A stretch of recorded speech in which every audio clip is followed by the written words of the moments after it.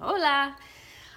This is Abigail Barella with Sparkle and Shine Guidance, and today I'm talking to you about the third house in astrology. If you have not gone back and checked out why I'm talking about the houses in astrology, please watch that video. So we talked about the first house, which is a cardinal house. We talked about the second house, which is a fixed house, and now we're talking about the third house, which is a mutable house, which means that it's able to take some of those energies from the first and second and morph and work with what is there. And so the third house is Gemini's house. It is a communication house. It is the telebroadcaster of the houses.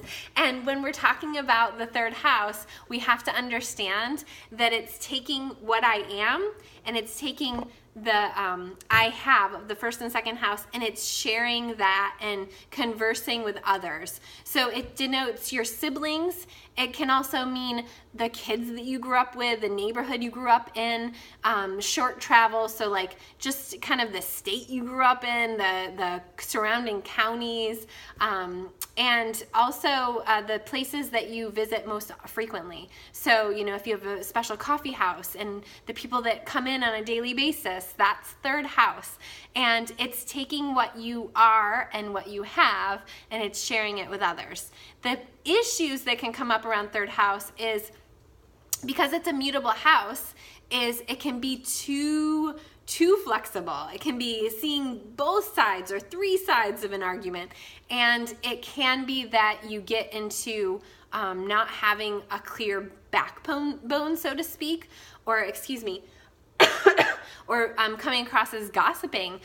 If you're seeing both sides to something and you're interacting in a way with both those people, then definitely you can get stuck into some sticky situations.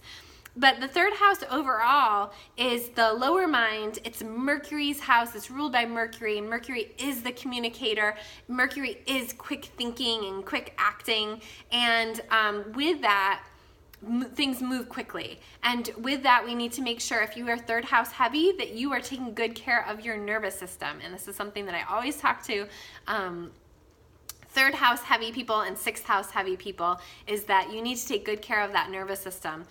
So communication, typically if you have a lot of planets in the third house, or even just your sun or your moon in the third house, you typically are pretty good with your words. You're typically pretty good at either writing, speaking, journaling, communicating in your family, in your neighborhood. Maybe you are on the parent council or whatever. You know, you're typically good with your words, and you're good about being somewhat of a fair person around issues pertaining to not necessarily justice, but like how things work, like making things work at a mental level, whereas some people that don't have a lot of third house heavy things don't even care. But third house are like, how does this work? How can we make this work better? And really get in there and make things happen. Typically, third house heavy people are the people that you call when you want to know what is happening with whatever. And I can think of a few people that come to mind, and I love those people, but I cannot keep up, right? And so it's typically a pretty lucky placement if you have your moon here. Your moon is your internal emotional landscape, and so in the third house, in the house of joy, it can be that you find emotional peace by being in communication with people, by working with your siblings, by working with your family members, by working with your outer community. So it also can be forms of transportation. So you might commute. If you're a third house heavy person, you might love your morning commute. You might have an hour morning commute on the bus, and you love reading up on today's news. You might be all up in certain business and different things that are happening. So this is the third house. It's ruled by Mercury, and you can see even when I'm talking about it, I'm getting all into it and getting all Mercury involved. But it's definitely the mind and communication, and we're going to see how the way that we think about our community and the way that we think how we fit into that is going to turn into the fourth house. So we'll be talking about the fourth house next. Have a good day.